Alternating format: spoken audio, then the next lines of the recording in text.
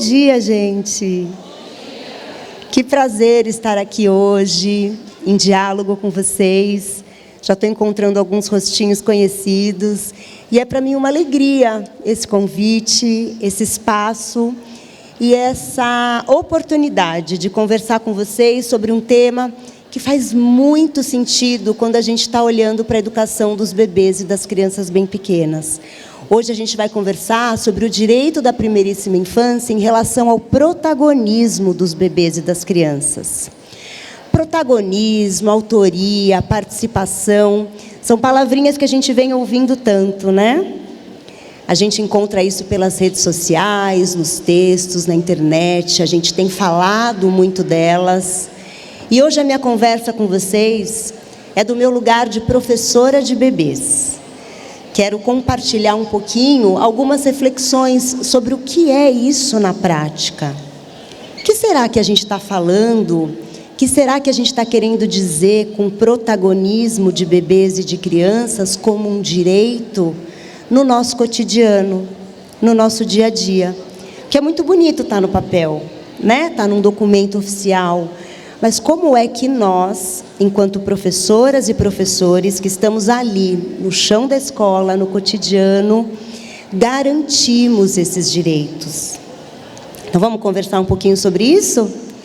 Então olha só, quando as meninas me convidaram para falar sobre esse tema, né, muito me emocionou, mas eu fiquei pensando que tem algo antes da gente pensar nos direitos, né? A gente precisa limpar um pouquinho o que é que de fato a gente entende, a gente concebe como criança, como bebê, como educação, como cotidiano da educação infantil.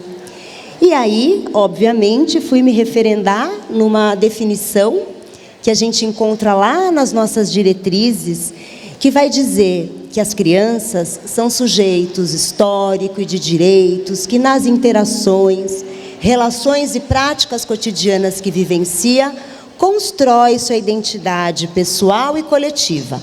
Brinca, imagina, fantasia, deseja, aprende, observa, experimenta, narra, questiona e constrói sentidos sobre a natureza e a sociedade, produzindo cultura. Uma definição linda, né? Que às vezes a gente precisa voltar a ela, pedacinho por pedacinho, para tentar entender o que cada palavrinha dessa quer dizer. Mas muitas vezes a gente lê e isso fica pairando, né? A gente não consegue relacionar essa definição com a nossa prática. Então, muitas vezes, quando eu pergunto, né, para as educadoras, para os educadores com os quais eu tenho tido contato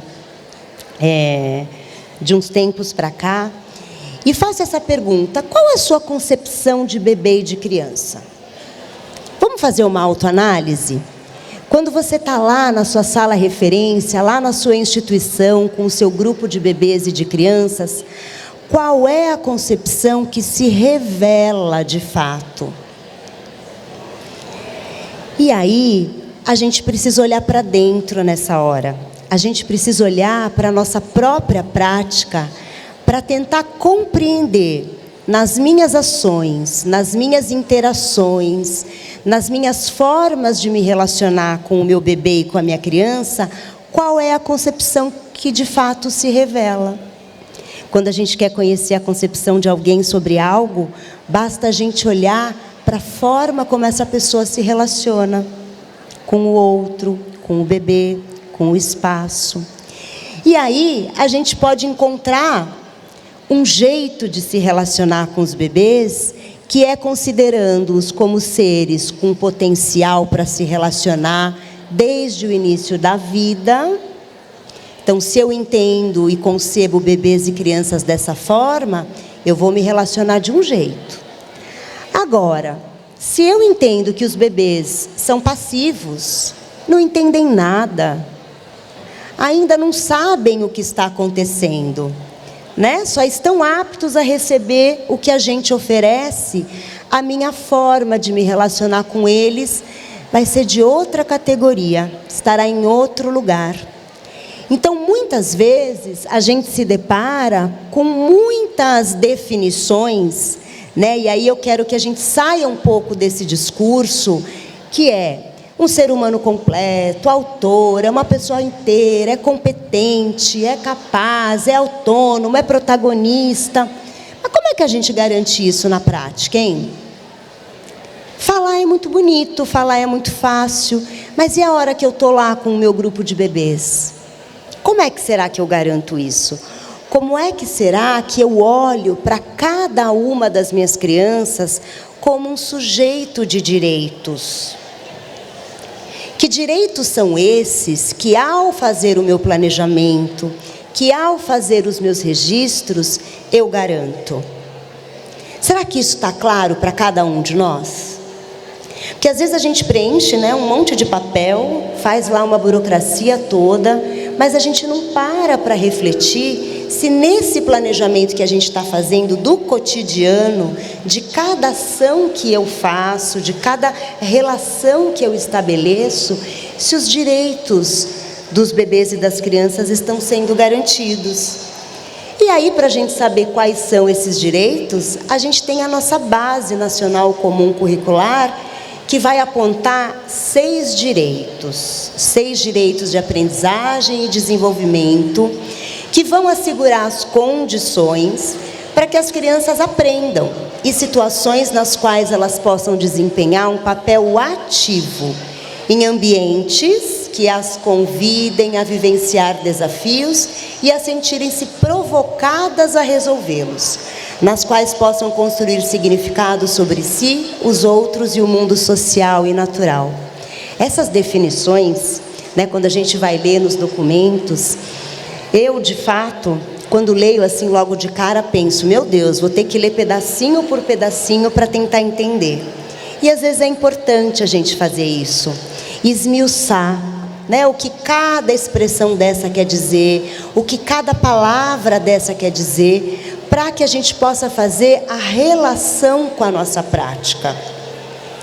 Porque a gente faz pedagogia todo dia. E fazer pedagogia é olhar para essa relação, olhar para essa praxis, né? Que relaciona teoria e prática, porque senão a gente fica só no mundo da teoria, elucubrando ideias, ou a gente fica só naquela prática, né, que está desvinculada de uma reflexão, desvinculada da teoria. Então, o nosso exercício diário, no cotidiano, ao planejar, ao olhar para as práticas que a gente realiza, é estabelecer essa relação entre a teoria e a prática. E um bom jeito de começar a pensar no nosso planejamento, né, no que a gente tem enquanto intenções aí para esse ano letivo que se inicia, é a gente olhar e começar pelos direitos. Porque como é que eu vou poder garantir protagonismo, autoria e participação se eu não garanto direitos dos bebês e das crianças? E aí a gente vai olhar para o primeiro deles, que é o conviver. Os bebês têm o direito de conviver diariamente, cotidianamente com as outras crianças, com outros adultos. Como será que eu tenho garantido isso no meu dia a dia? Será que eu tenho estabelecido propostas que eu garanto essa convivência em pequenos e em grandes grupos? Ou será que todo mundo faz tudo ao mesmo tempo, toda hora? E eu não consigo olhar para as especificidades dessa convivência que acontece entre pares? Será que eu permito que essa convivência aconteça por meio de diferentes linguagens? Como é que está a minha sensibilidade enquanto professora, enquanto professor, para olhar para essa multiplicidade de linguagens que os bebês e as crianças apresentam? Como é que eu garanto essa ampliação do conhecimento de si e do outro, que vai ser vivenciado por meio de um respeito à cultura e às diferenças? Será que no fundo eu quero todo mundo igual? Eu quero todos os meus bebês fazendo as mesmas coisas ao mesmo tempo e da mesma forma? Ou será que eu consigo compreender a sutileza da diferença de cada um? e como cada um convive. Como, ao planejar, eu consigo garantir espaços, ambientes para a convivência. Esse é um ponto importante da gente refletir ao planejar, que automaticamente tem a ver com o nosso segundo direito, que é o brincar. E aí vou puxar uma sardinha para o meu lado, né? Quem me conhece sabe que brincar é o meu brincar dos bebês é o meu tema de estudo. E enquanto linguagem da infância, né? Enquanto a sua maneira de ser e estar no mundo, eu preciso garantir a qualidade desse brincar cada vez mais nos espaços das nossas instituições. E aí, como é que é esse brincar? Né? Como é que eu, enquanto professora, professor, olho para esse brincar enquanto linguagem?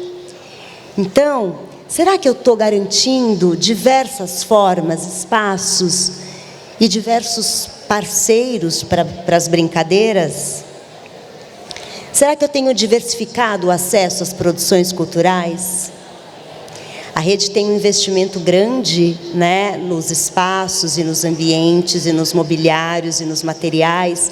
Isso é algo que a gente vai olhar ao longo do ano para qualificar cada vez mais essa ampliação de conhecimento, da imaginação e da criatividade das crianças por meio do brincar. Então, aquela fala, muito senso comum, né? Que às vezes a gente ouve: ai, tá só brincando. Vai para a escola só para brincar? Vai para a escola para viver.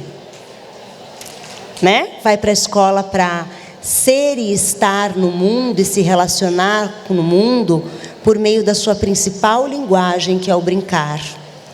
Eu tenho garantido esse direito? Eu tenho oportunizado diversas experiências emocionais, corporais, sensoriais, expressivas, cognitivas, sociais e relacionais? Olha como não é fácil planejar na educação infantil, né? Quando a gente começa a olhar para esse bebê e para essa criança como um sujeito de direitos, quantos direitos eu preciso garantir e precisam estar declarados no meu planejamento, claros no planejamento que eu faço, para daí então a gente poder seguir para um próximo direito, que é participar. E aí participar daria uma aula aqui, se a gente pudesse ter mais tempo para conversar sobre a participação infantil, né? Porque muitas vezes a gente se confunde com o que é esse participar. Será que participar é só escolher? Eu quero a tinta azul e não a tinta amarela? Né? Como é que a gente garante essa participação no nosso planejamento? Vamos seguir no nosso cotidiano. Essa participação ativa, né, nas propostas e principalmente nos momentos dos cuidados corporais. Lembram lá da concepção de bebê que eu falei no início? Se eu entendo que esse bebê é um ser potente e capaz de se relacionar desde o início da vida, eu preciso garantir a sua participação nos momentos dos cuidados corporais. E muitas vezes a gente esquece disso, né? A gente vai trocando, a gente vai alimentando, a gente vai dando banho, a gente vai fazendo pelo bebê e não com o bebê. Então, sempre quando a gente for pensar nesse direito da participação, a gente precisa olhar para essa palavrinha, o com. Né? Nós não fazemos pelos bebês e pelas crianças, mas nós fazemos com elas, para elas e com elas. Então, como é que isso se expressa e se revela no nosso planejamento? Como é que eu garanto escolhas no meu dia a dia? Como é que eu planejo esse ambiente, esse espaço e essa minha jornada, né? Essa rotina que a gente tem, considerando as escolhas, considerando as individualidades. Não é fácil ser professor de educação infantil. Não é fácil ser professor de bebês, né? A gente às vezes acha, é só a gente gostar de bebê, é só a gente gostar de criança, é só a gente ter um pouquinho de paciência que dá certo, né? Mas tem uma profissionalidade por trás, né? Tem toda a nossa especialização, a nossa capacitação para planejar de fato ambientes educativos que garantam direitos. Vamos seguir para o próximo direito, que é o explorar. A gente sabe que bebês exploram, né? Que crianças exploram. Mas será que a gente consegue enxergar como cada um explora? Como cada um conhece o mundo? Olha só, no próximo slide, a gente vai ter essa exploração por meio dos movimentos, dos gestos, dos sons, das formas, das texturas, cores, palavras, emoções, transformações. Eu vejo isso em cada um dos bebês do meu grupo? Ou eu simplesmente escrevo lá no meu relatório que os meus bebês exploram o parque, exploram as materialidades. Mas será que eu consigo identificar como cada um faz isso? Que movimentos estão implícitos aí? Que emoções, que transformações, que histórias de vida estão acontecendo, estão sendo construídas em cada um dos bebês do meu grupo? Esse é um direito explorar, mas é um dever nosso conhecer e compreender como cada bebê, como cada criança explora, para que assim a gente possa garantir que eles ampliem saberes sobre a cultura. E aí a gente pode seguir para um outro direito, que é o direito de se expressar. E aí a gente vai, eu quero fazer uma fala, né? Quero trazer uma reflexão que está muito forte nos últimos dias, que é em relação ao choro, né? Nós estamos vivenciando o início de ano letivo, muita adaptação acontecendo, né? Esse período de acolhimento aí a todo vapor. E quanto choro tem acontecido. E será que a gente está olhando para esse choro como uma forma de expressão? Como uma linguagem? Como uma comunicação? Como algo que as crianças e os bebês estão querendo contar para a gente? Ou a gente está querendo acabar logo com esse choro? A gente está querendo distrair esses bebês e essas crianças de um sentimento real e legítimo que está acontecendo ali, né? Uma tristeza pela separação da família, e a gente não está considerando esse direito de se expressar, né? Também pelo choro, das suas necessidades. Será que eu quero que todo mundo entre logo no ritmo, na rotina do meu grupo, nos horários pré-estabelecidos?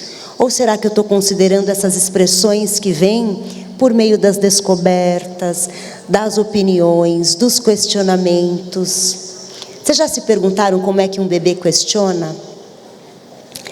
Né? Sem ter a linguagem verbal aí. Como é que a gente sabe que um bebê está questionando, está contestando, está se expressando? Eu permito, na verdade, que esse direito aconteça? Ou será que eu fico tentando disfarçar, camuflar, fingir que não estou vendo? Então é olhar para as nossas próprias ações, olhar para a nossa forma de se relacionar, é que a gente vai conseguindo compreender e clarear como que nas nossas ações garantimos o direito à expressão. E o conhecer-se, né? Esses bebês, essas crianças que estão com a gente no dia a dia, estão se conhecendo, estão se reconhecendo como sujeitos. E aí tem uma frase muito bonita, vocês sabem aqui, né? Tem gente que sabe, tem gente que ainda não sabe, eu vou contar. Mas eu estudo muito profundamente uma abordagem que se chama abordagem Pickler, que para mim é a pedagogia dos bebês. E lá na abordagem Pickler, a gente vai entender, né? E a gente vai compreender que o adulto é o outro do bebê. Ou seja, nós somos os responsáveis por apresentar o mundo ao bebê. E tem uma frase muito bonita de uma estudiosa chamada Mirta Chockler, que fala assim: quando um bebê chega ao mundo, que mundo chega ao bebê?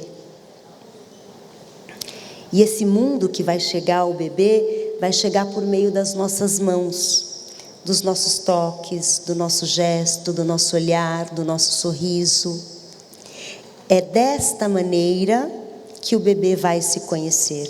Por meio deste outro, que somos nós, né? Que apresentamos o mundo ao bebê. Ou seja, essa construção da sua identidade pessoal, social e cultural, essa imagem positiva, né, que os bebês podem construir sobre si mesmos, vai acontecer por onde? Né? Por meio das relações que nós estabelecemos, pelas experiências de cuidados, pelas interações, pelas brincadeiras e pelas linguagens que nós permitimos ou não que aconteçam com qualidade no nosso cotidiano. Então é sempre lembrar que essa constituição psíquica, que essa subjetividade de cada bebê e de cada criança está acontecendo ali, ó, embaixo dos nossos olhos. Então que responsabilidade temos, né? Que intencionalidade pedagógica precisamos em cada ação, em cada palavra, em cada gesto, em cada planejamento que a gente faz, em cada registro que a gente faz, em cada relatório que a gente escreve. Será que isso está claro para a gente na organização dos espaços que a gente faz? Essa é uma foto que eu tirei em uma das instituições de vocês, que eu visitei com a Jana o ano passado. Será que essa minha intencionalidade fica explícita nos materiais que eu seleciono? Na forma como eu apresento esses materiais? Ou eu ponho de qualquer jeito?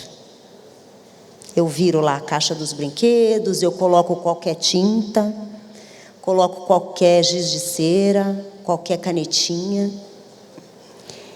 Como é que eu expresso respeito pelo bebê e pela criança e pela sua produção de cultura por meio dos materiais e dos ambientes que eu preparo e seleciono? Como é que eu organizo os meus grupos? Eu conheço cada criança do meu grupo para poder formar pequenos grupos e garantir possibilidades de aprendizagens em grupos menores, ou eu estou fazendo tudo para todo mundo ao mesmo tempo, sem olhar para a individualidade, para a necessidade, particularidade de ninguém? Estou dando aula. Na educação infantil a gente não dá aula, né? A gente promove aprendizagens, a gente ajusta tempos e ritmos às características específicas do nosso grupo. E aí isso significa que o planejamento que a gente fez o ano passado não serve para o grupo desse ano. O relatório que eu fiz o ano passado não serve para as crianças desse ano. O nosso trabalho é de autoria diariamente. A gente não quer isso das crianças? Crianças autoras, autônomas, protagonistas, participativas? Como é que a gente ensina isso sem ser isso? Então esse é um convite para a gente olhar para a nossa prática, para a nossa postura. Vamos seguir? Porque para ter intencionalidade pedagógica, eu preciso ter escuta dos bebês e das crianças. E com escuta eu tenho intencionalidade pedagógica. E isso vai virando um ciclo. E é esse ciclo, é esse movimento que nos move enquanto professores de educação infantil. A minha intencionalidade vem da minha escuta. E por causa da minha escuta, eu tenho intencionalidade no que eu planejo, no que eu faço, no que eu ofereço, no que eu proponho. Vamos seguir? Então, qual que é o nosso trabalho? Diante de tudo isso que a gente conversou, olha lá. Parte do trabalho do educador é refletir, selecionar, organizar, planejar, mediar e monitorar o conjunto das práticas e interações, garantindo a pluralidade de situações que promovem o desenvolvimento pleno das crianças. Então, se a gente tiver isso muito claro, das nossas funções, a gente vai poder planejar com mais assertividade, com mais autoria. E aí, essa nossa escuta dos bebês e das crianças vai trazer muito mais qualidade para a nossa prática pedagógica. Porque é isso que a gente quer, A gente quer ser a cada dia um professor melhor. A gente quer a cada dia oferecer uma educação de mais qualidade para as crianças que estão com a gente. A gente quer a cada dia garantir esse direito infantil em cada momento da nossa jornada, em cada momento da nossa rotina. Então, vamos seguindo. A partir dessa escuta, né, é que a gente vai poder garantir participação, autoria e protagonismo da criança na construção de novas e significativas aprendizagens. Ou seja, o meu recado hoje aqui é para que a gente possa seguir o nosso ano letivo com essas duas palavrinhas em mente: escuta e intencionalidade. Porque só assim a gente vai poder garantir os direitos, além dos 6 direitos de aprendizagem e desenvolvimento que a gente tem na BNCC, essa autoria e esse protagonismo que a gente quer. Senão a gente massifica, né? E não é isso que a gente está buscando. Então, eu desejo um ano letivo aí de muita produtividade para vocês, de muita autoria, de muita participação e de muito protagonismo. Porque um professor protagonista é o que vai garantir bebês e crianças protagonistas. Muito obrigada. Quer sentar lá no meu lugar? Ufa! Quanta coisa. Vou lembrar vocês, para a gente poder depois fazer uma participação bacana, um diálogo interessante, de tudo que a Val falou. Se vocês tiverem questões, vão anotando. E aí as meninas, quem é que vai recolher as perguntas? Levantem a mão, meninas. A Rosana está por aí? A Cris, está aí da equipe, a Maiara, a Rosana. Aí para que vocês possam ir entregando as perguntas para elas, para a gente poder conversar. Agora vamos ouvir um pouquinho da Ana Estela.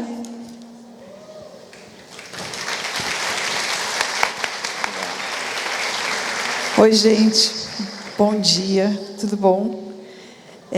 Eu queria começar aqui cumprimentando, mandando um abraço muito especial para minha querida Inês Maria, para o querido prefeito Felipe.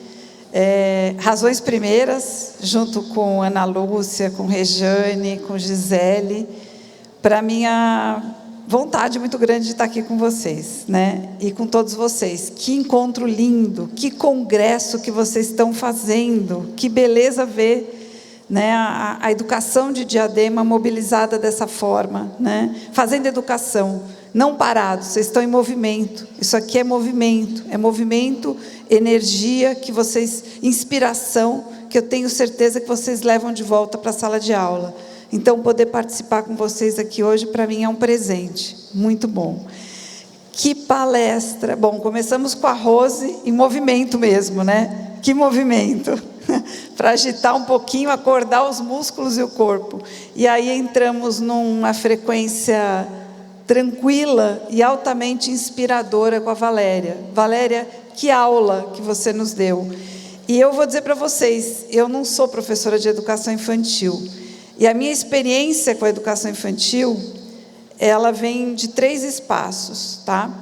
O primeiro espaço é ter a criança como centro da minha vida. Eu sou odontopediatra e muitas vezes eu atendo gestantes, bebês, atendi sempre ao longo da minha vida gestantes, bebês e crianças em situação de medo, né, de choro. Então, eu tive que desenvolver habilidades para esse trabalho. Eu fui uma criança difícil na educação infantil. Eu tenho essas lembranças até hoje, da minha dificuldade de ir para a escola, do meu choro, da minha dor de barriga.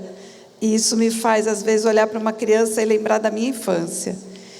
E depois, com os meus filhos, né? Quando eu fui escolher a educação infantil para eles, e depois nas políticas públicas em São Paulo. E sempre a criança me mobiliza. E aí quando a Valéria traz essa frase maravilhosa que eu aprendi hoje com ela, né? Que quando uma criança vem ao mundo, que mundo vem a criança? A gente paralisa. E aí me fez lembrar também de Graciliano Ramos, em Grande Sertão Veredas, que diz assim: um menino nasceu e o mundo tornou a começar. Então é isso, é essa coisa sagrada, quando a gente vê uma criança, quando a gente está de frente para uma criança, e o que vocês fazem todo dia, talvez seja o trabalho mais sagrado e importante do mundo, porque é inesquecível, é indelével, é marcante para sempre. Essas crianças nunca vão esquecer do que elas estão vivendo entre elas e com vocês, entre vocês e elas. E aí eu queria também agradecer, assim, fazer uma referência para a beleza do tema do congresso de vocês. Olha esse tema diz assim: projeto político-pedagógico participativo, caminhos de construção da justiça curricular. E aqui, quando você fala, usa esse termo, talvez ele seja da pedagogia e eu é que estou da saúde me metendo aqui e sou uma novata e não sei, mas o conceito de currículo que está aqui é maravilhoso, né? Porque é um currículo que está em movimento e construção também, que não chegou pronto para a gente, né? E aí, antes de fazer minha apresentação, eu por enquanto estou naquilo que me despertou ouvir vocês aqui hoje. E mais uma coisa me despertou, que foi uma música linda, não sei se vocês conhecem, da Alessi Brandão, que se chama Anjos da Guarda. Eu convido vocês a puxarem depois no Spotify, YouTube, e ouvirem essa música. Essa música é uma homenagem a vocês, muito linda, né? E começa dizendo: batam palmas para ele, mas eu queria destacar os seguintes trechos: professores, protetores das crianças do meu país, eu gostaria, enfim, eu vou pular essa parte, mas ela diz assim: porque tudo é educação, é matéria de todo o tempo, e se ensinem a quem sabe de tudo a entregar o conhecimento. E aqui, na sala de aula é que se forma um cidadão, na sala de aula é que se muda uma nação. Então, eu acho que é isso, é essa bola que está com vocês, e que bom que está em boas mãos. Então, eu estou muito feliz de estar aqui hoje com vocês, e eu vou passar alguns slides para trazer mais algumas questões, para tentar motivar aí algumas perguntas para a gente ouvir vocês, histórias, diálogos, comentários, que eu acho que é o mais importante de hoje, tá? Acho que eu trouxe muito slide, então eu vou pular um pouco no meio da apresentação, e a Tereza está aqui me ajudando e vai começar a passar, né? E uma parte desse material eu preparei. Nós temos um núcleo de apoio à pesquisa em políticas públicas lá na USP, no Instituto de Estudos Avançados. Chama NAP Escola da Metrópole, está ali em cima, e ele interage com a Cátedra de Educação Básica. Eu não sei se vocês já ouviram falar da Cátedra de Educação Básica, Alfredo Bose, do Instituto de Estudos Avançados da USP, mas eles têm uma programação no YouTube, se vocês jogarem no YouTube, de aulas, de palestras, maravilhosa, né? Que pode também ser mais um campo de inspiração para vocês. E nós promovemos com eles, durante a pandemia, esse encontro, Escola, Cidade e Cidadania na formação docente, né? Procurando trazer um pouco a ideia da importância do território nesse trabalho que a gente faz com a criança, né? Então, foi isso. Pode passar? Bom, e aí, como é que eu cheguei em Diadema, além das relações e admiração que eu tenho por essas pessoas? A gente trouxe para vocês um projeto que a Gisele, a Ana Lúcia encamparam e abraçaram junto com o prefeito Felipe, que a gente estava tentando implantar em São Paulo, passamos 1 ano e meio tentando implantar em São Paulo, e a burocracia fez a gente desistir. E é um projeto internacional, projeto Ares Novos, que vem lá do Chile, que está sendo implantado em vários países, e Diadema está sendo um dos municípios no Brasil que está implantando de forma pioneira, que chama Projeto Ares Novos. Pode passar. Ele faz parte, então, dessa rede de líderes pela primeira infância, que está em 28 países. É uma iniciativa da ex-presidente Michelle Bachelet, né? E que trabalha com a mobilização para a primeira infância, o advocacy para a primeira infância entre países, né? Então, vocês estão trabalhando na sala de aula, tem gente trabalhando no município, tem gente trabalhando no país, e tem gente trabalhando em outros países para a gente caminhar juntos para um mundo melhor para as crianças. E a qualidade do ar é uma coisa muito importante, né? Pode passar. Existem efeitos e impactos da poluição na saúde da criança, né? Então, a poluição, hoje, ela é um dos grandes perigos globais no ambiente, na saúde. Como a mudança climática, tudo isso que a gente está vendo, todo esse problema que a gente está vendo acontecer por um processo de urbanização mal planejado, por falta, talvez, de educação superior, né, dos governantes, dos tomadores de decisão, que tomam decisões impensadas e sem responsabilidade. Então, 7 milhões de mortes no mundo são ocasionadas por conta da qualidade do ar. Então, uma das coisas que a gente trouxe, pode passar, aqui para Diadema, e que Diadema encampou, foi esse projeto Ares Novos, que já está tendo desdobramentos. Eu não sei quem participou aqui, teve um curso de educação ambiental, tem algumas escolas que estão construindo muros verdes, e a gente trabalhando esses aspectos da educação ambiental também com vocês. Pode passar? Aí tem as características do município, eu vou para frente, eu não vou... Esse foi o equipamento que foi instalado em algumas escolas, em diferentes regiões da cidade, para medir a qualidade do ar, né? Aí foram algumas escolas escolhidas pela forma que a gente conseguiu naquele momento, porque foi um momento também corrido, e as escolas que a gente conseguiu acessar em diferentes regiões da cidade, foi suficiente para a gente monitorar essa qualidade do ar em diferentes pontos da cidade, né? Os equipamentos seguem com eles, pode passar. E depois a Gisele, mais para frente, acho que no próximo encontro, pode trazer o resultado dos muros verdes e do curso de educação ambiental. Pode passar, né? Bom, e aí a importância da gente cuidar de vários aspectos, né? Do meio ambiente, né? A gente está na cidade, mas, enfim, o que acontece na cidade repercute à distância, o que acontece na floresta repercute na cidade, e tudo isso tem que buscar uma integração, né? Um todo. Pode passar?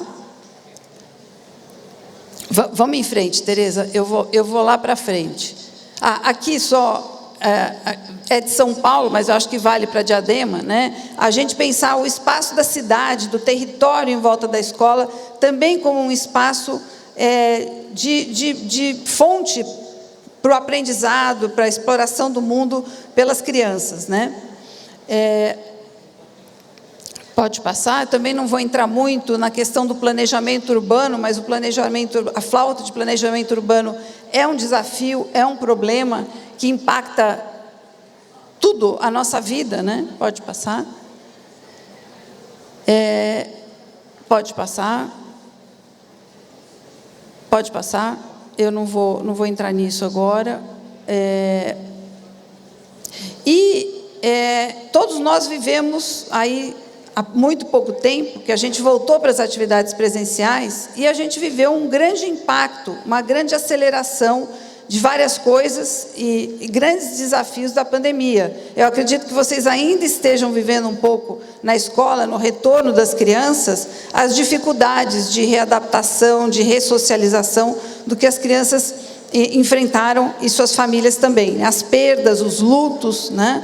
Os traumas decorrentes de todo aquele período, e agora a gente está voltando para a atividade presencial, né? Mas fomos impactados pelo digital, né? O digital cresceu também muito mais na nossa vida, na vida das crianças, de alguma forma, né? Pode passar. E a gente está procurando trabalhar, né? Então aqui a professora Helena Singer, ela traz um pouco essa coisa de como que a gente precisou trabalhar e se reinventar para transcender o que a pandemia significou também no espaço da escola, né? Recriar espaços e tempos. Eu acho que a forma que a gente teve que lidar com espaço e tempo durante a pandemia mudou muito, né? E nos permite, talvez agora, com esses aprendizados e vivências, trazer algumas coisas que podem ficar para o depois da pandemia, que foi um aprendizado de durante a pandemia. Então, a ideia de recriação do currículo a partir da situação local, acho que isso a Valéria trouxe muito bem também, o contexto local é muito importante, né?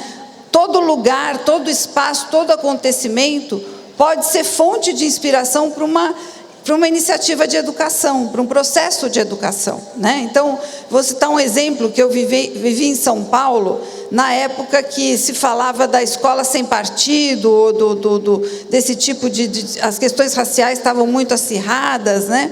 E aí teve uma escola na região norte que começou a trabalhar essas questões, raça, gênero, que foi um dos indicadores de qualidade que a Rede de São Paulo incluiu como indicador de qualidade para a educação infantil, e a escola começou a sofrer ataques, pichação em muro. E aí o que a escola fez? O corpo pedagógico, a diretora, eles resolveram aprofundar aquele processo. Eles entenderam que ali, aquele processo de educação para as crianças e para as famílias e para a comunidade precisava avançar e não recuar, né? Eles chegaram a mudar o nome da escola para Nelson Mandela, por um projeto de lei, e fizeram uma festa de inauguração para isso, para combater aquela situação. Então, aquela dificuldade, aquele desafio se tornou uma forma de buscar rever isso com a comunidade, porque a educação infantil também não existe sem os pais, né? Os pais, a gente precisa de alguma maneira trazer, por mais difícil que seja, porque a gente está trabalhando com uma criança que está, né, ela está aqui, mas ela está com a sua família, e ela traz para a escola toda aquela carga que vem da família, e pode levar aquilo que a gente está dando na escola para modificações e transformações também na sua relação familiar e com os pais, né? Então, isso é uma questão que pode e deve acontecer, pode passar. E a importância do brincar, né? Que a Valéria também trouxe muito bem, que brincar é coisa séria, importantíssima, precisa de qualidade, precisa de uma combinação, eu acredito, de planejamento e de improviso e de preparação para o inusitado, para o inesperado, porque a criança traz isso, né? Tem aquela frase que diz que brincar é por um momento não exigir nada da vida além dela mesma. É uma entrega, é uma capacidade que a gente precisa buscar quando está com a criança.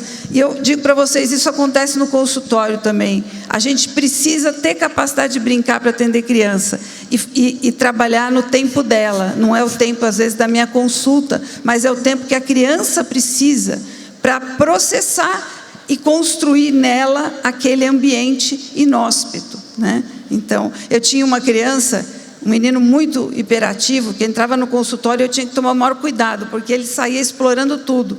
E um dia ele pegou a cabeceira da cadeira e percebia que a cabeceira subia, descia, subia. Aí ele subiu com a cabeceira assim, olhou e falou assim: "Ô tia, você também atende girafa aqui?" Então, pode ser, tudo pode ser, né? Então, a imaginação, ela vai, né? Pode. Pessoal, desculpa interromper a fala, é que não dá para aguardar a Ana terminar. Tem um carro, um Ford Ka preto, placa FIA 3I11, que está interrompendo a passagem, a saída da empresa. Precisa retirar com urgência, por isso que eu não pude esperar a sua fala. Então, é um Ford Ka preto. Obrigada, Janaína. Pode passar. Indicadores da qualidade infantil que eu queria trazer para vocês, né? Vocês devem estar trabalhando com isso, né? Então, em São Paulo, foi uma iniciativa da rede. Além dos indicadores que vêm da nacional, né? da política nacional, eles, ao trabalhar e discutir, acabaram incluindo esses dois itens: relação étnico-racial e de gênero, como uma coisa a ser trabalhada desde a educação infantil, e a participação, escuta e autoria de bebês, que também dialoga, acho que muito com a fala da Valéria, né? Esse espaço para a construção, para a autonomia, para a experiência, para a participação, os direitos que a criança tem de ser autora, né? Desse percurso, desse processo. E a gente, sendo a educação infantil como um facilitador para tudo isso, né? Pode passar. E aí, vocês conhecem a experiência do Parques Sonoros? Alguém já ouviu falar ou já vivenciou? É uma ideia que tem aí, ela vem de um instrumentista canadense, né, que propõe a gente limpar os ouvidos, né, e preparar para os sons do ambiente. Todo ambiente, todo objeto, tudo pode ter um som, né? O Arrigo Barnabé tem aquela música, tudo é som, né? Tudo é música, né? Na cozinha, né? Então, é uma experiência, e cada escola, nós fizemos com várias escolas lá em São Paulo, construiu um parque sonoro totalmente diferente, para contação de história, para objetos de sucata, para brincadeira. Então, é uma ideia bem interessante, né? E aqui tem alguns relatos, né? A Camila, de 5 anos, ela diz assim: eu gosto mesmo de tocar essa garrafa, até que vire um samba. Eu adoro sambar, né? Uma mãe falando do seu filho lá, meu filho mudou lá em casa, tudo é som, né? E a Ana Clara, que disse: agora eu sou uma banda, pela experiência que eles tiveram do Parque Sonoro, né? Eu não sei se dá para... vamos em frente, eu não vou passar os vídeos não, porque eu acho... Outra coisa que a gente trabalha muito é a alimentação, é a saúde, né? Então, quando a Valéria traz essa questão, como é que a gente dá banho, como é que a gente troca, né? E isso também me fez lembrar de uma cuidadora. Ela era cuidadora, ela não era professora, mas ela podia, do jeito que ela cuidava dos bebês, e eu vi ela cuidando desses bebês, eu acho que ela era uma espécie de educadora, porque ela mexia com a criança, primeiro que ela fazia a criança participar, mesmo que tivesse que ligar a torneira, olhar no espelho. Então, a criança, na hora de se trocar, de se limpar, ela se conectava, ela se via, ela conversava com a criança, ela contava história, e ela tocava no corpo dessas crianças com uma delicadeza, com um respeito, com a consciência de que ela estava tocando um outro corpo, né? Porque a forma que a gente toca o corpo de um bebê também é constituinte da autoestima e da autoimagem, da autopercepção que ele tem sobre si mesmo. E é a mesma coisa quando a gente está mexendo na boca da criança. É da mesma forma. A gente precisa ter muito respeito, muito cuidado, muita calma nessa hora, né? É muito delicado. Bom, aí outra questão que vem é a alimentação. Eu vou passar, eu vou em frente. Eu também não vou entrar na questão muito de políticas aqui, porque eu acho que precisa sobrar um tempo para a roda de conversa, tá? Então, aqui tem uma série de ações que a gente foi fazendo com a São Paulo Carinhosa na cidade de São Paulo. Eu tenho certeza que muitas coisas vocês também fazem aqui, pode passar. E nós tivemos até as merendeiras viajando para a África para contar a sua experiência, pode passar. Num concurso de receitas, pode passar. E aí são as imagens das escolas participando do concurso de receita, das merendeiras indo contar a sua experiência, pode passar. Foi uma coisa bastante participativa.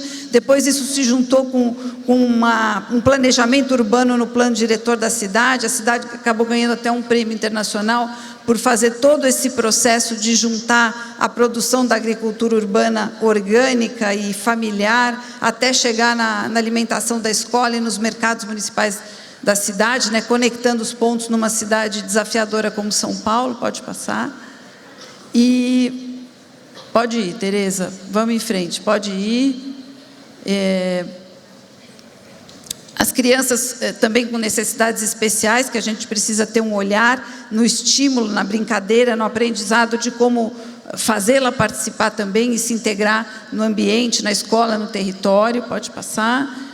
E a criança pode ser também autora até no planejamento urbano, né?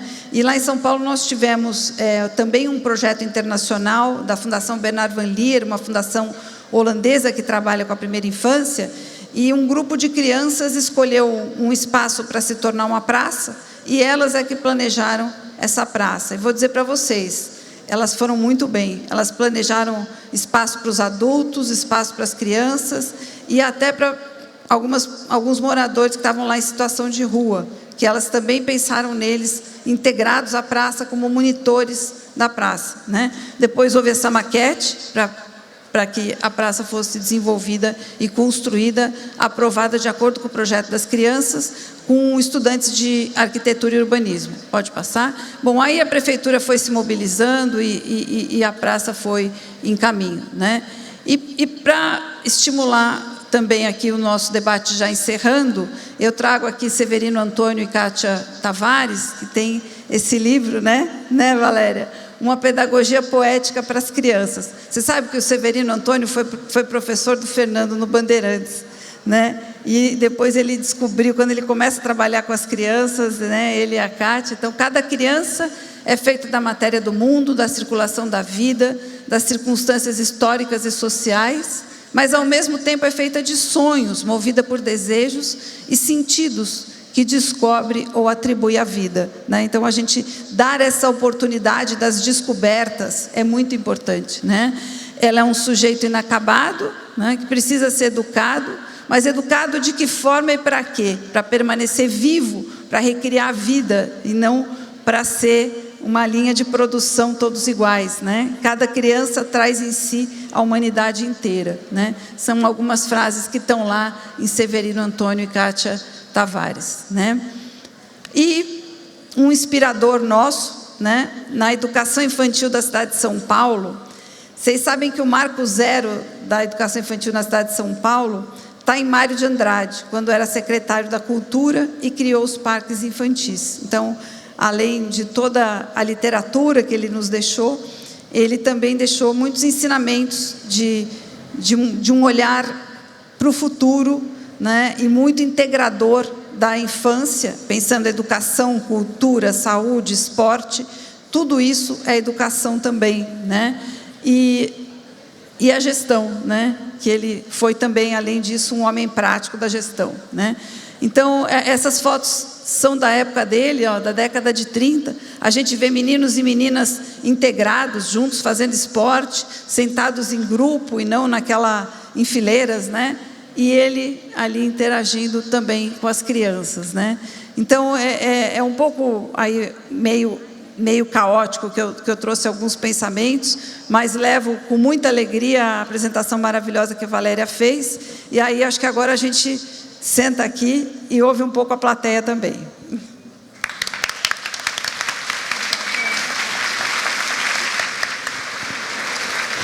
Bom, vamos lá. Tem algumas perguntas aqui.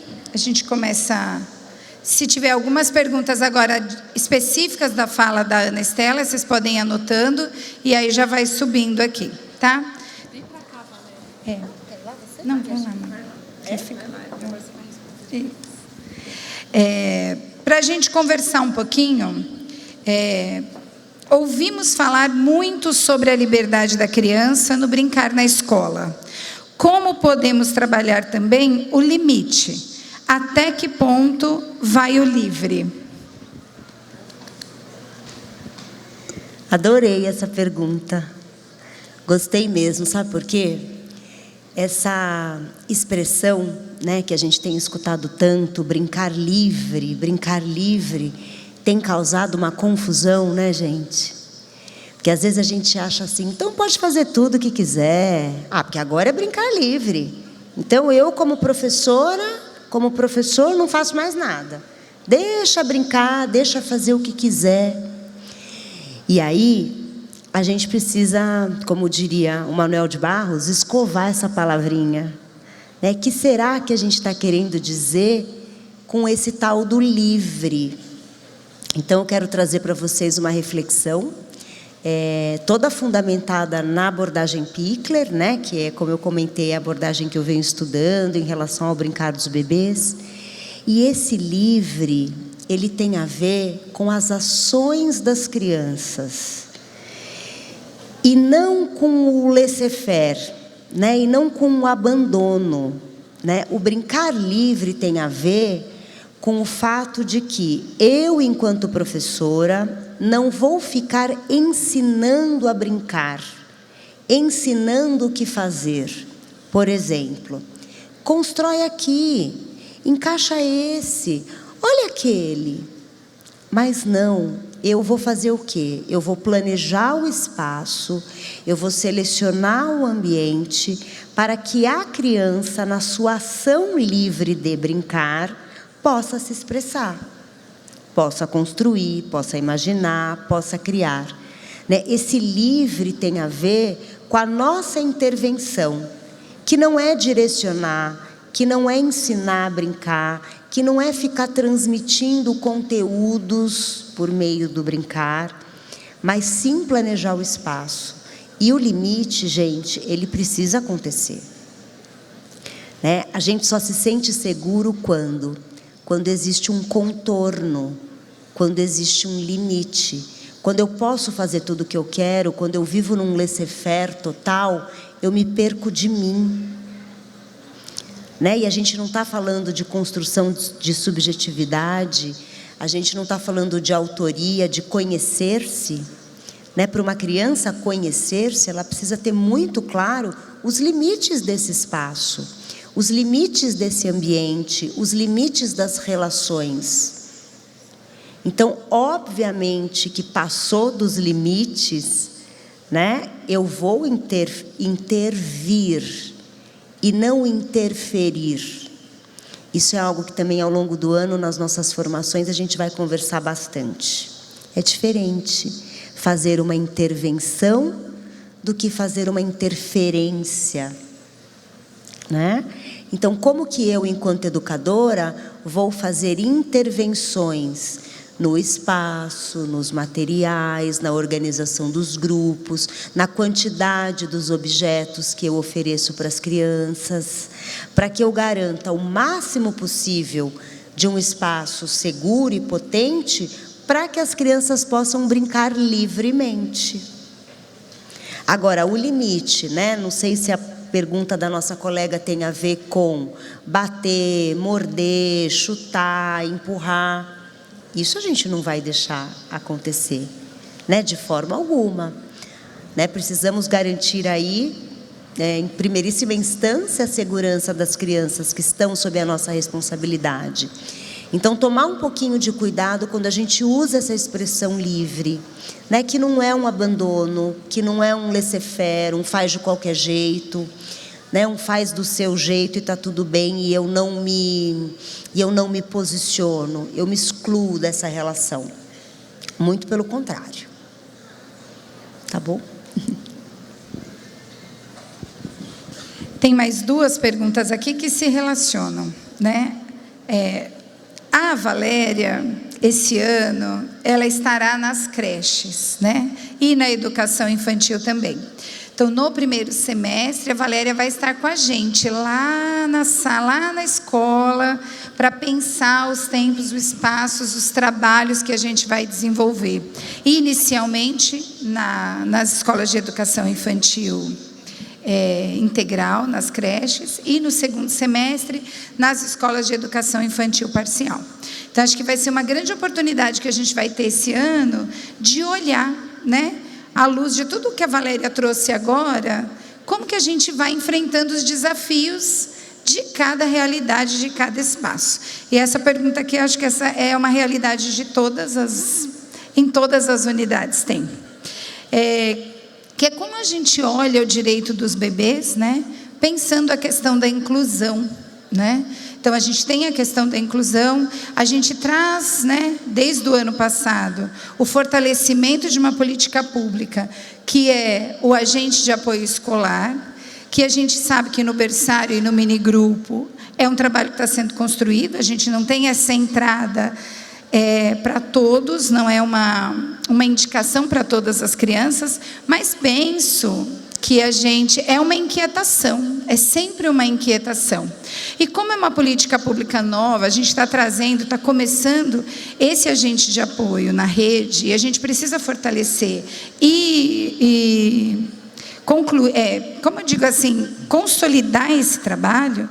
A gente tem aí os nossos PPPs participativos, né, que precisam abordar, olhar, né, olhar tudo isso que a Valéria trouxe, olhar como o nosso PPP participativo se propõe e também pensar que propostas a gente faz nele, olhando qual a necessidade, né, em que locais, em que momentos, com quais crianças, em quais unidades a gente vai ter essa necessidade ou não. Acho que não é uma porta fechada essa discussão, né? Inicialmente, a gente não teve a inserção do agente de apoio no berçário e no minigrupo, mas não de forma geral, mas penso que de forma local essas ações aconteceram. Então, acho que a Valéria vai poder contribuir também nessa discussão com a gente, e o PPP participativo, ele precisa provocar essa discussão, até para que a gente possa fazer uma discussão e um diálogo, né, com o serviço. E aí, eu acho que isso do ponto de vista da inserção desse profissional que está chegando, né? A mesma coisa nas creches conveniadas, a gente está estruturando e implementando, fortalecendo o trabalho da itinerância lá. Também acho que nos PPPs dessas escolas, a gente precisa fazer os indicativos e as discussões dessa necessidade. Aí acho que a Val pode falar um pouco mais também do ponto de vista aí da proposição, dessa proposta pedagógica, como chega lá, como favorece. Você estava falando, Gi, e eu fiquei pensando em algo que às vezes a gente esquece, né? Além da relação adulto-criança, né, a gente não pode esquecer do espaço, né? O espaço enquanto o nosso parceiro pedagógico, enquanto o outro educador. Então, eu sempre falo isso para todas as pessoas que comentam comigo assim: Val, eu tenho 35 crianças sozinhas numa sala. Como é que eu faço? Né? E aí a primeira, não sei se dica, mas assim, o primeiro ponto que eu trago para reflexão é assim: você está olhando para o seu espaço enquanto seu parceiro pedagógico? Enquanto outro educador? Enquanto um ambiente que descentraliza a sua figura enquanto professora e coloca a criança como protagonista? Como é que a gente pode reorganizar esse espaço de uma maneira que as crianças possam ter autonomia, né, para poder circular por entre as zonas circunscritas, os cantinhos que a gente planeja e propõe, para que a gente descentralize da nossa figura. Então, eu brinco, né? Todas as vezes que a gente tiver um perrengue com um número de crianças muito maior do que o número de adultos, a gente não pode esquecer da organização do espaço. É ele que vai ser o nosso outro educador, né? O nosso parceiro pedagógico aí na relação com as crianças. Então, isso é algo que a gente vai olhar bastante ao longo do ano durante as nossas formações, né? Como é que esse espaço, ele se constitui de fato, ou não, ou ainda não, né? Como esse nosso parceiro pedagógico, para que eu possa sair do meu lugar central, né? Ali que domina tudo, que controla tudo, e coloca a criança no centro do processo, para que eu possa dar atenção para os meus pequenos grupos. Acho que é isso. Tem mais uma pergunta aqui, ó. Dada a importância da documentação pedagógica como intencionalização e otimização, o uso de recursos digitais para o registro. Acho que a pergunta um pouco é de como a gente se favorece, né, dos recursos digitais para a documentação pedagógica. Acho que é isso, Léo? Léo? Acho que... É isso? É.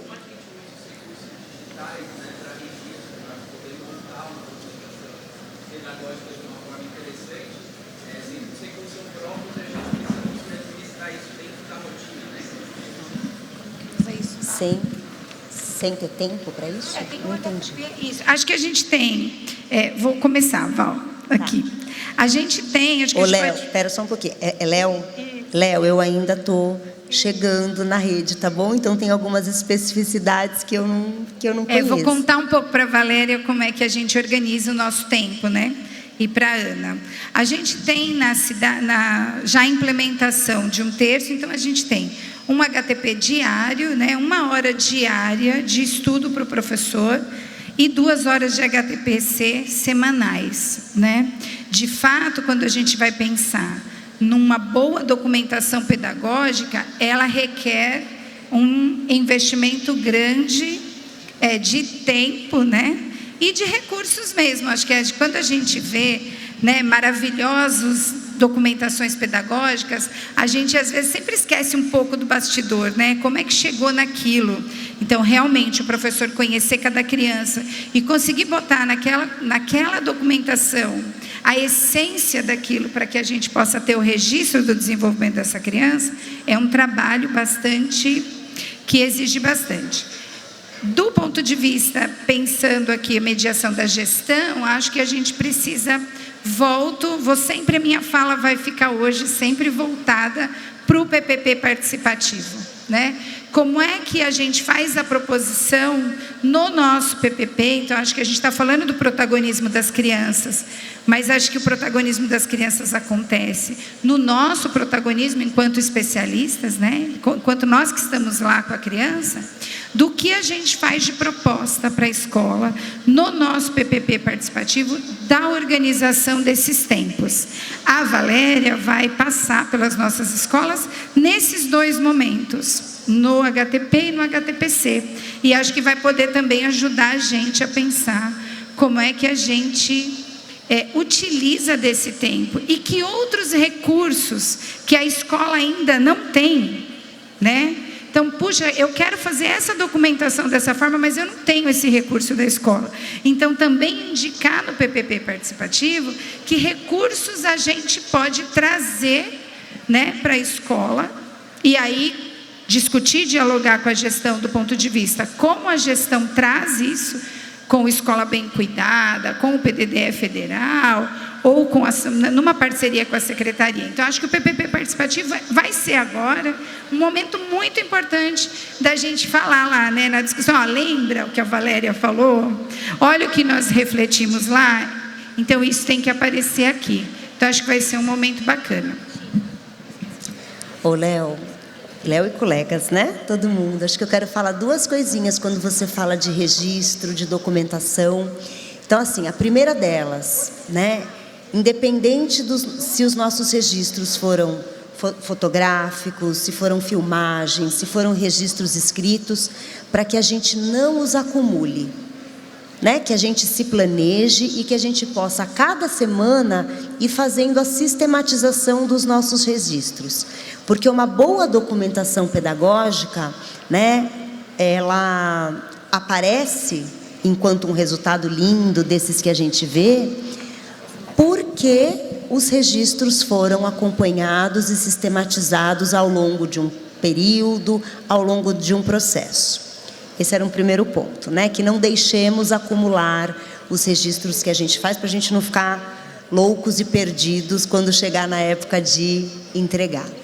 A outra consideração que eu gostaria de fazer é assim, existe uma fala da Maria Alice Proença, eu acho que vocês já ouviram, né? Inclusive é título do livro dela, que é Entre o Real e o Ideal, o Possível. Né? Então, o que a gente tem como possível de ser feito hoje? Né? Então, vamos pensar agora nesse início de ano, que a gente está vivendo o período de acolhimento, adaptação. Como é que nós já pensamos e planejamos a documentação desse período?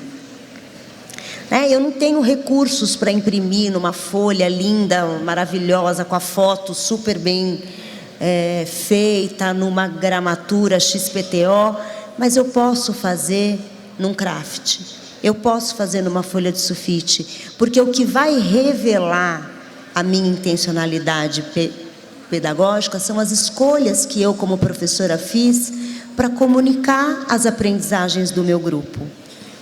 Né? Então, assim, eu vejo muita gente falando, Val, não consigo, né? Eu vejo tanta documentação de brilhar os olhos. É lógico que a gente quer fazer, né? O trabalho mais lindo, mais primoroso que a gente puder. Mas dentro da nossa realidade hoje, o que é possível? O que eu, como professora, como professor, estou comprometido em contar das minhas crianças? Né? A forma como isso vai se apresentar, se a gente ainda não tem recursos, né? Temos o quê? Temos um craft? Temos uma foto em preto e branco? Mas e o meu olhar como professora, ele captou aquele momento de despedida, por exemplo, daquela criança, para revelar numa documentação a aprendizagem envolvida ali?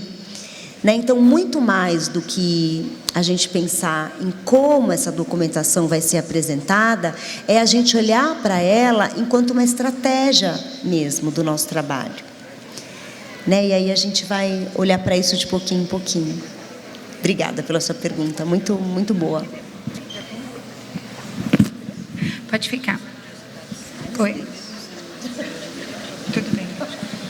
Olha, a gente tem mais 2 perguntas aqui, acho que para a Ana e aí a Val, se quiser pode interagir, a Ana também pode interagir aí. Então vamos lá. Devemos abandonar o conceito de senso comum de que os problemas da cidade são resultados da falta de planejamento de crescimento desordenado. As cidades são planejadas e muito planejadas de acordo com interesses econômicos, políticos das classes dominantes. A luta política é vital na disputa do espaço. Disputa pelo orçamento, disputa pelas narrativas, pelo fluxo das informações. Não existe acaso ou sucesso aleatório de eventos e ações. Existe a luta de classes e seus impactos nas cidades, no ambiente e na vida. Acho que a Ana vai falar um pouquinho sobre isso. Bom, eu acho que está muito bem colocado. Acho que quando a gente fala do crescimento desordenado, na verdade, de fato, temos uma luta de classes, temos interesses econômicos que sobrepujam aquilo que deveria ser um planejamento no sentido do urbanismo, no sentido de um bom planejamento, né? Acho que foi isso que eu quis dizer, só esclarecendo, mas concordo com as colocações, né? O que aconteceu em São Sebastião semana passada é um pouco, retrata toda essa questão, né? Essa luta de classes, essa questão dos interesses e como isso afeta desigualmente as populações e afeta quem está mais vulnerabilizado, né? Então, não vou prolongar muito, mas eu concordo com as colocações. Não. Considerando a importância da primeira infância como determinante para um adulto saudável, como a construção de um currículo conversa com questões de saúde fundamentais para o alcance desta condição. Nesse sentido, como a escola pode interage com o território? Eu queria agradecer por essa pergunta, né? Porque eu acredito e acho que já também em conversas com professoras e interagindo com a educação infantil, eu não sei se vocês vão lembrar, mas um dos indicadores, daqueles indicadores da educação infantil, é a promoção da saúde, né? E eu não sei o quanto a gente tem conseguido abrir esse espaço para discutir um pouco mais as questões de saúde, para considerar um pouco mais as questões de saúde e a concepção de saúde também que a gente utiliza nesse processo do dia a dia com as crianças. Porque, claro, que uma alimentação saudável é saúde, os cuidados com o corpo, com a higiene, é saúde, né?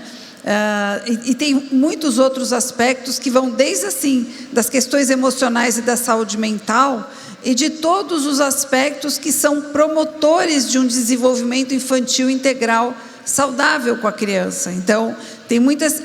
A educação e a saúde nessa fase do desenvolvimento e principalmente na primeiríssima infância, elas estão muito conectadas. Você não consegue separar uma coisa da outra, né? A neurociência vem trazendo uma série de conhecimentos e dizendo e mostrando que, por exemplo, um adulto ou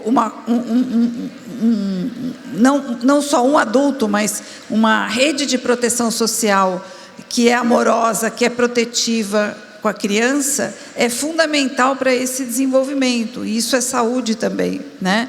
Então, o estresse tóxico, por exemplo, que acontece em situações de negligência e violência com a criança, impactam o desenvolvimento dessa criança em vários aspectos, inclusive no aspecto físico, inclusive em doenças crônicas lá na vida adulta futura dela, né?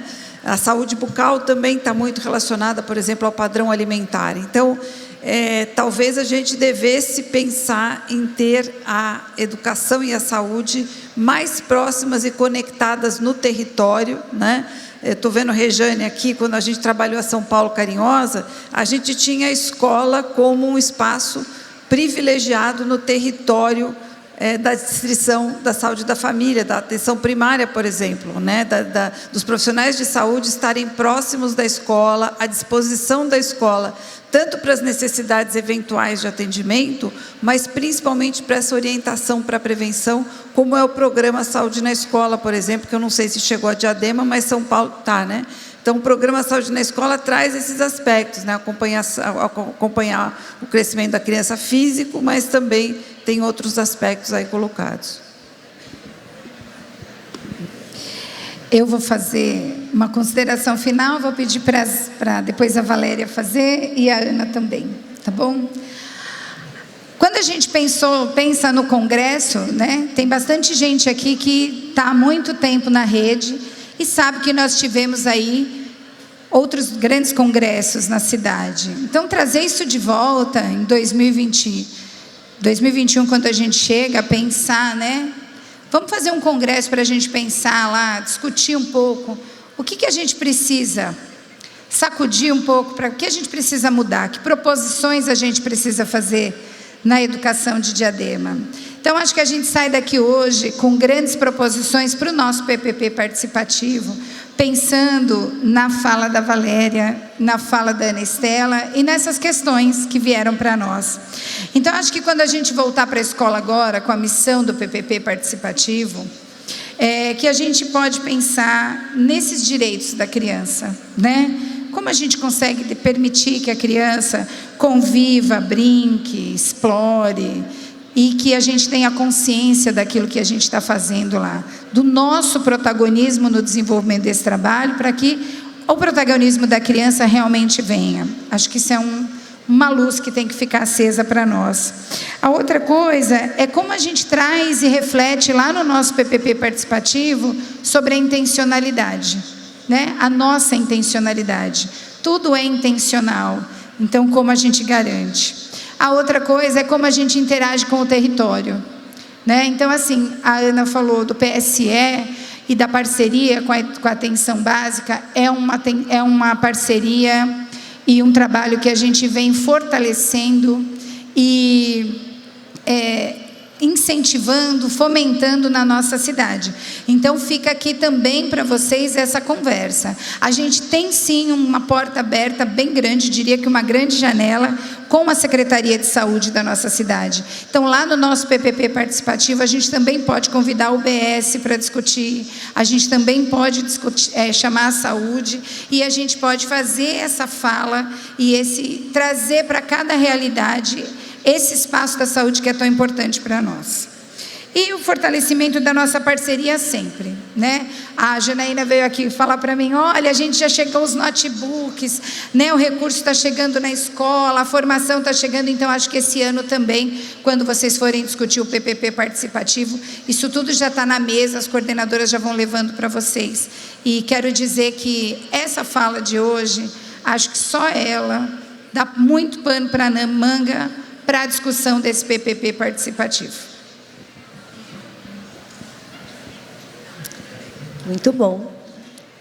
Eu quero deixar a minha fala final aqui com uma reflexão também, né, de tudo que a gente conversou, de tudo que eu fui ouvindo. e do quanto, né, é importante que a gente olhe para as nossas instituições como um lugar de vida, né? Um lugar onde as crianças vão para viver, e não só para ficar enquanto seus pais estão nos trabalhos, mas um lugar de vida para a gente também, né? Nós não vamos lá só para trabalhar, só para cumprir a nossa carga horária, porque quando a gente está nesse lugar, né, tudo fica maçante, tudo fica massacrante, e empecilhos nós vamos ter, gente, em qualquer realidade. Né? Quando a gente vira a chavinha e a gente começa a olhar para as nossas instituições como um lugar que a gente vai para trabalhar, mas que a gente vai também para viver, né? A gente começa a olhar para as relações que a gente estabelece, não só com as crianças, mas com os nossos colegas de trabalho, com os nossos gestores, com o espaço da nossa sala referência, com os espaços externos, como uma possibilidade de trazer cada vez mais vida. E se eu trago vida, eu trago autoria, eu quero ter qualidade, né? Qualidade nas relações, qualidade nas interações. Então, que a gente possa sair daqui hoje olhando para os nossos espaços de trabalho também como um lugar para se viver. Muito obrigada.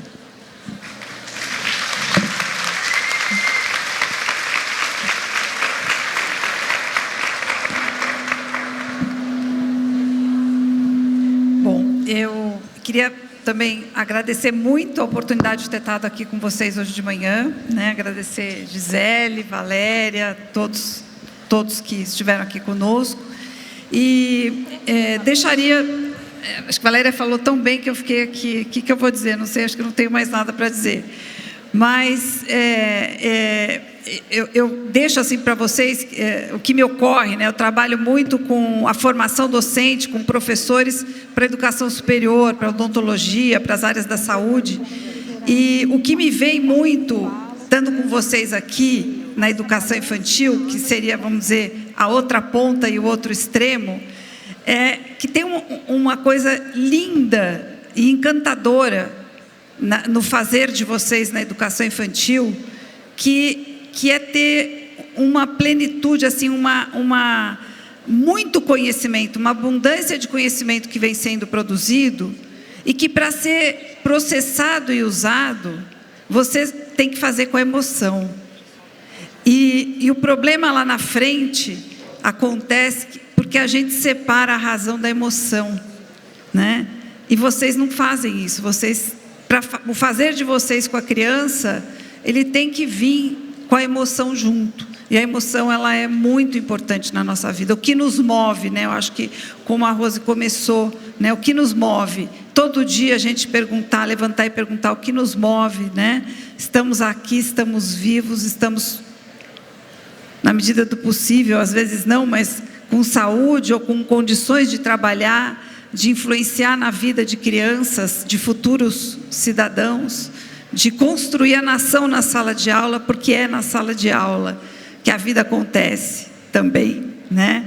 Então, às vezes, as abstrações das políticas públicas, que são muito importantes, elas só vão acontecer a partir daquilo que acontecer com vocês e com essas crianças em cada local, em cada dia que vocês constroem, né? O significado que vocês constroem naquele espaço. Então, o que eu queria desejar para vocês é que esse congresso, né, vai terminar maravilhosamente bem, né? E já está sendo maravilhoso, eu tenho certeza, e que ele possa alimentar vocês na volta para o trabalho de vocês, no dia a dia, como para mim vai alimentar e levar para o meu fazer também inspiração e conexão, né? Com espaços que não são só os meus, que são os de vocês e que são de todos nós. Muito obrigada pela oportunidade de estar aqui com vocês.